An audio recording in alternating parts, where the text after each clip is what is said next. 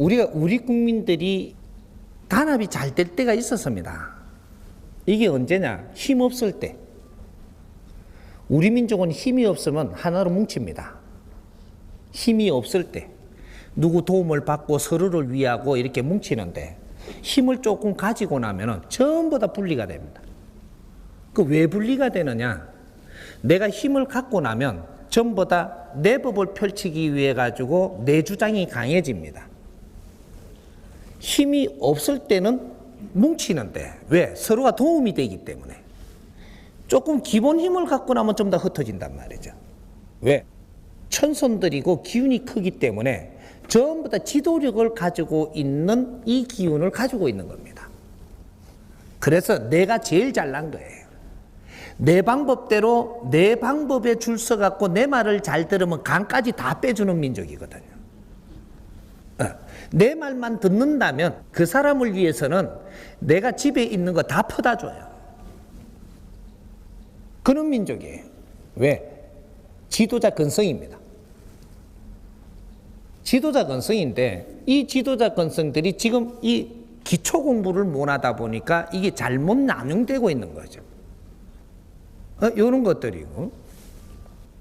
지금 이제 요 간단하게 이제 소규모 가족 질문을 했으니까 가족이 화합을 하려면 어떻게 해야 되느냐? 이념이 같아야 됩니다. 이념 통합이 이루어져야지 가족이 하나가 되고 우리가 되는 것이지. 이념이 달라지면 너희들이 사고 방식이 달라지면 전부 다 갈라지는 민족입니다. 우리가 남북이 왜 갈라져 갖고 저걸 우리가 통일을 못하고 있느냐? 힘이 없어서 그러느냐? 그렇지 않습니다. 이념이 분열되어 있다 이 말이에요. 왜 우리가 지금 이 정치를 하는데 국회가 지금 이 갈라져 가지고 있고 서로가 물고 지금 이게 뭔가 못 맞춰 나가느냐? 이념이 분리되어 있는 겁니다. 모든 사회는 이념이 분리가 되면은 합이 될 수가 없다 이 말이죠. 그럼 오늘날 지금 우리가 무엇을 해야 될 때냐? 이념 통합을 이루어야 된다. 지금은 어떠한 이념을 가져야 될 때냐? 홍익 이념을 다시 정리를 해서 우리가 가져야 될 때다. 다른 이념은 왜 안 되느냐? 우리가 다 커버려 갖고 어지간한 이념으로 가지고는 우리 마음에 동하지를 않는다 이 말이죠. 인류의 최고의 이념 사상인 홍익 이념만이 우리를 통합시킬 수 있고, 이런 홍익 이념이 얼마나 깊고 얼마나 아주 거룩한 건지 이걸 정리를 아직까지 누가 해준 적이 없다 이 말이죠. 지금 요걸 지금 정리를 해주고 있는 겁니다. 이렇게 우리 민족은 어린 아이들도 홍익 이념을 정확하게 정립을 해서 이걸 설명을 바르게 해서 이해를 시켜주면 누구든지 나는 그렇게 살고 싶어 하는 민족입니다. 지금 그 시대를 만난 겁니다. 그러니까 이런 걸 정리를 이때까지 못 해줬던 거죠. 홍익 이념을 빛내기 위해 가지고 우리는 역사적으로 이만한 고통 속에서 한 해 한 해를 맺히면서 부모님들이 진화 발전을 하는 이 과정에서 인생을 살다가 간 겁니다.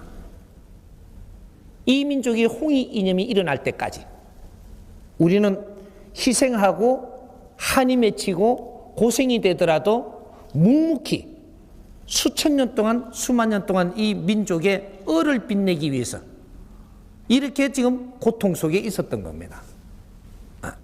그러니까 지금 오늘날 우리가 지식을 다 가지고 이만큼 성장을 해가지고 지금 이래 분열이 되는 것은 우리의 이념을 찾지 못했다. 이 민족의 이념과 주체를 세우지 못했다. 이 주체가 우리의 이념이 바른 게 맞다면 우리가 전부 다 받아들이는 이념이라야 된다. 우리 국민들이 누구도 받아들일 수 있는 이념을 생산을 해야지 우리가 받아들이는 것이지. 이 받아들일 수 없는 이념을 내놓는다고 해갖고 이거는 우리 국민한테 들어가지를 않게 돼 있다 이 말입니다. 그것이 홍익 이념입니다. 홍익 이념을 잘못 알게 되면은 건넘치게 돼 있고, 바르게 잘 알게 되면은 내실이 있어가지고 가정부터 아주 편안하게 만들어서 힘을 합치게 된다. 가정이 힘을 합치게 되면은 우리는 엄청난 힘을 갖게 되는 그런 민족입니다.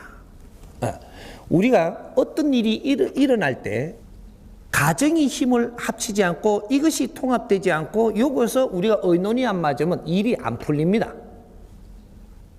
앞으로는 이렇게 운영이 되고 있다는, 지금도 그렇게 되고 있습니다.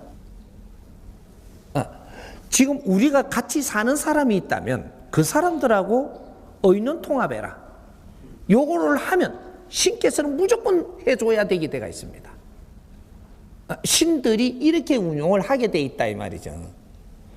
근데 내 남편하고 내하고 지금 의견이 통하지를 안 하고 이게 정리가 안 돼요. 이거는 신이 절대 안 해줍니다. 그리고 우리가 이제 가정에서 해야 될 이런 의견들이 자식하고 내하고 이게 뭐가 안 맞아요, 지금. 이건 절대 되게 안 해줍니다. 어떤 방식이 됐든 너희들은 이거부터 먼저 합의를 이루어내라. 네가 양보를 하든 서로가 이렇게 양보를 얻어내든 너희들부터 통합해라 이 말이죠. 이러면 이 일은 무조건 되게 해줘야만 되는 의무를 갖게 돼 갖고 있는 게 신들이 지금 작업하는 겁니다. 이런 것들이지 빈다고 해주는 것도 아니고, 이제는 인본 시대, 정법 시대가 됐다라는 것은 바른 법으로 너희들이 살아야만 이 자연의 힘을 쓸 수 있게 돼가 있는 이런 걸 이야기하는 겁니다. 이게 후천계백 시대라고 이야기하는 거예요. 사도는 이제부터 전부 다 걷는다. 정법이 도래한다라는 정법 시대를 이야기하는 겁니다. 이게 이제 홍익 인간들이 탄생할 때는 정법을 갖고 세상에 비추어 나가는 이런 시대를 지금 맞이하기 때문이에요. 그래서 신법도 바뀌고 이 모든 천지대자연의 기운이 다 바뀌는, 그래서 우리가 2012년도에 이 모든 이 지구가 멸망한다고까지 지구 종말론까지 나왔던 겁니다. 선천시대의 악법, 선천시대의 사도, 이걸 전부 다 정리하는 것을 이야기했던 겁니다.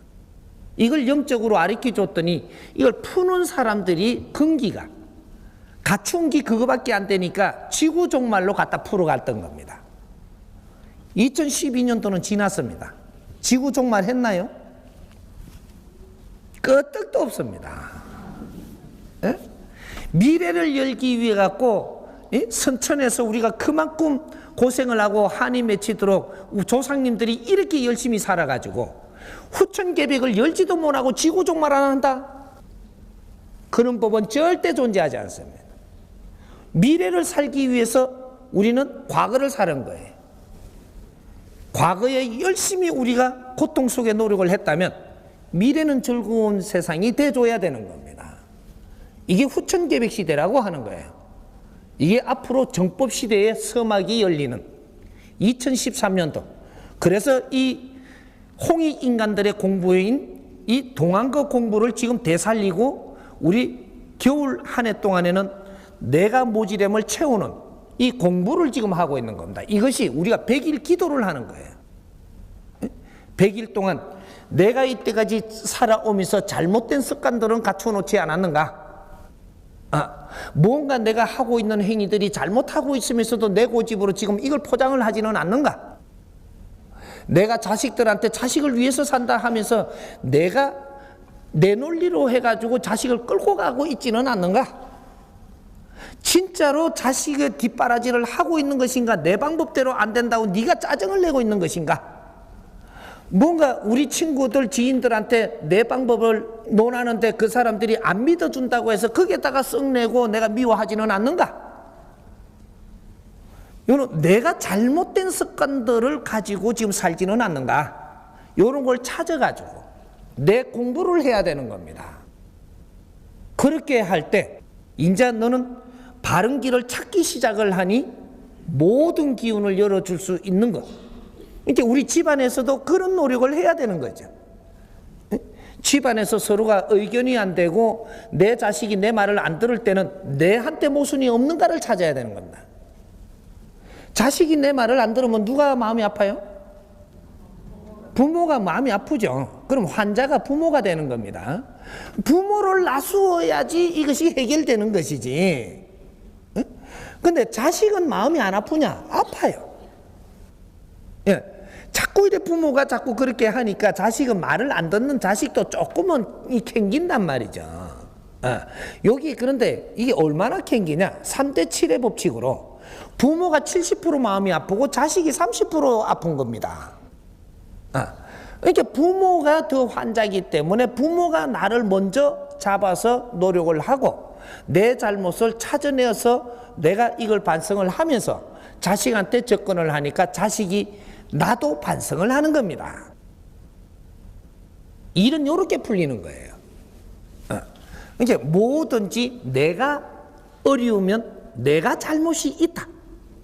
그럼 상대는 잘못이 하나도 없습니까? 있기는 하되 네가 근본적으로 먼저 이걸 잡아서 처리를 해야 상대가 움직이게 돼가 있다. 요거예요. 그러니까 우리 가정에서 어떤 식으로의 우리가 노력을 해서라도 의논을 맞추어라. 요거는 우리가 이념이 같지 않으면 의논이 맞추어지기가 힘드니 이제 내 하나부터 바르게 이 정법을 이 공부를 해서 이것이 내가 이해가 가고 내한테 도움이 된다면 내부터 갖추어서 내부터 행동이 바뀌면 주의가 바뀐다 이 말이죠. 이것이 상대한테 덕행을 행하는 것이다. 내가 행동이 바뀌지 않으면 상대는 절대 바뀌지 않습니다. 누구부터? 답답한 사람부터. 이 집안에 잘못 돌아가니까 제일 답답한 사람이 누구냐를 빨리 내가 확인을 해보고 확인해보면 내가 제일 답답한 거예요.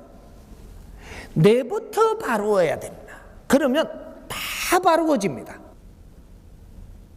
당신이 좀 하면 나도 할 낀데 그런 생각하지 마세요. 절대 그렇게는 안 됩니다. 답답은 네가 해야 돼. 내가 변하면 다 변해. 내 가족이 변하면 내 가족 주위가 변합니다.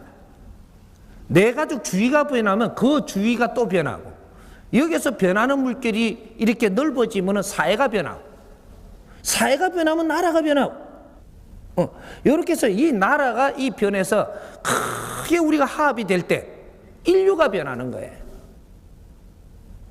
요렇게 지금 이제 풀어나가게 돼 있다 이 말이죠. 그래서 우리는 누가 우리한테 바른 가르침을 주는가?